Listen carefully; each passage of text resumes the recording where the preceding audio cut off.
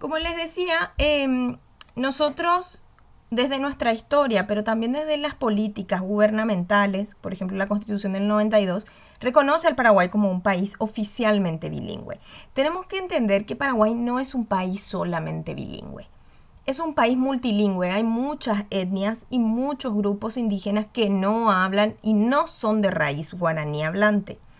Quiero que miren bien ese mapa de Paraguay y vemos perfectamente la famosa división de nuestro país en región oriental y occidental. La región occidental o Chaco, que es una región muy diferente geográficamente a la región oriental, tiene grupos muy distintos. Quiero que vean leyendo el mapa, digamos, desde el norte del Chaco, tenemos a los Ayoreo Totobiego Sode, a los Ishir, vamos bajando, tenemos a los Mascol, Bayás, a los Anapaná, a los Guaná, a los Huichí, que desde el Huichí se llaman desde el lado argentino, acá se llaman Nivaclé. Tenemos a muchos grupos bajando por todo lo que viene a ser esa ribera del río Paraguay desde el Chaco, ¿verdad? Entonces, ¿qué estamos viendo con esto? Estamos viendo que hay una riqueza humana de diversidad cultural y social importante dentro de Paraguay. Hace poco, por ejemplo, hace unos años, falleció la última anciana que hablaba, que era de la comunidad guaná y que hablaba la lengua guaná. ¿Qué pasa? Que las nuevas generaciones de ellos fueron perdiendo esas lenguas que conforman su acervo cultural. Y eso sucede en parte porque el Estado tampoco ha brindado un apoyo suficiente para que estos grupos puedan vivir, reproducirse y mantener sus pautas culturales. Y la lengua debe ser preservada. Por eso también el Estado paraguayo, por ejemplo, pone al guaraní en el rango de lengua oficial para poder darle un estatus y que esta lengua, que también nos caracteriza y nos identifique, no se pierda. De la misma forma, estos otros grupos humanos buscan esa misma, luchan por esos derechos y para que sus lenguas también puedan ser protegidas por la Constitución. Bueno, esto era en un paréntesis lo que quería ir mencionando. Del lado de la región oriental, que está muy ligado al desarrollo temprano de la historia colonial, estaban las etnias guaraníes.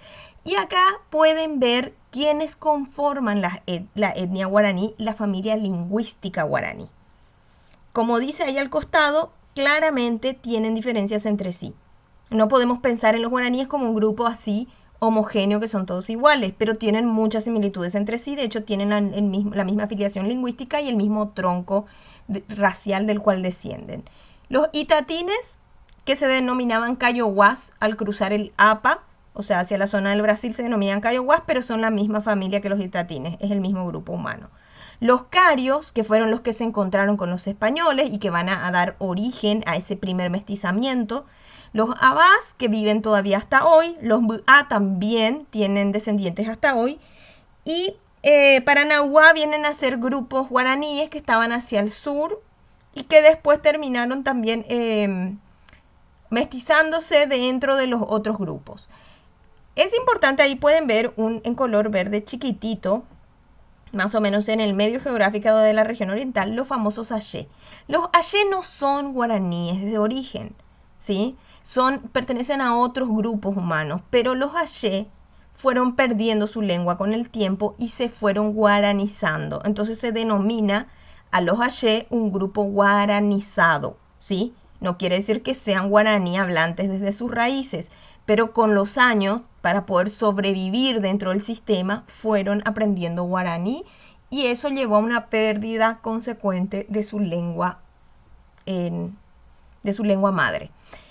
Bueno, muy bien. Las formas de organización de estos grupos. Como van a ver en el texto, los grupos humanos que se asentaban en la región oriental eran predominantemente cultivadores, ¿sí? Ellos se dedicaban a producir su propio alimento. Aquel que cultiva produce, ¿sí? No es lo mismo que aquel que se dedica a la recolección y a la caza y la pesca solamente como forma de obtención de sus recursos, que sí es lo que pasaba en la zona del territorio chaqueño y se le suele denominar paleolíticos.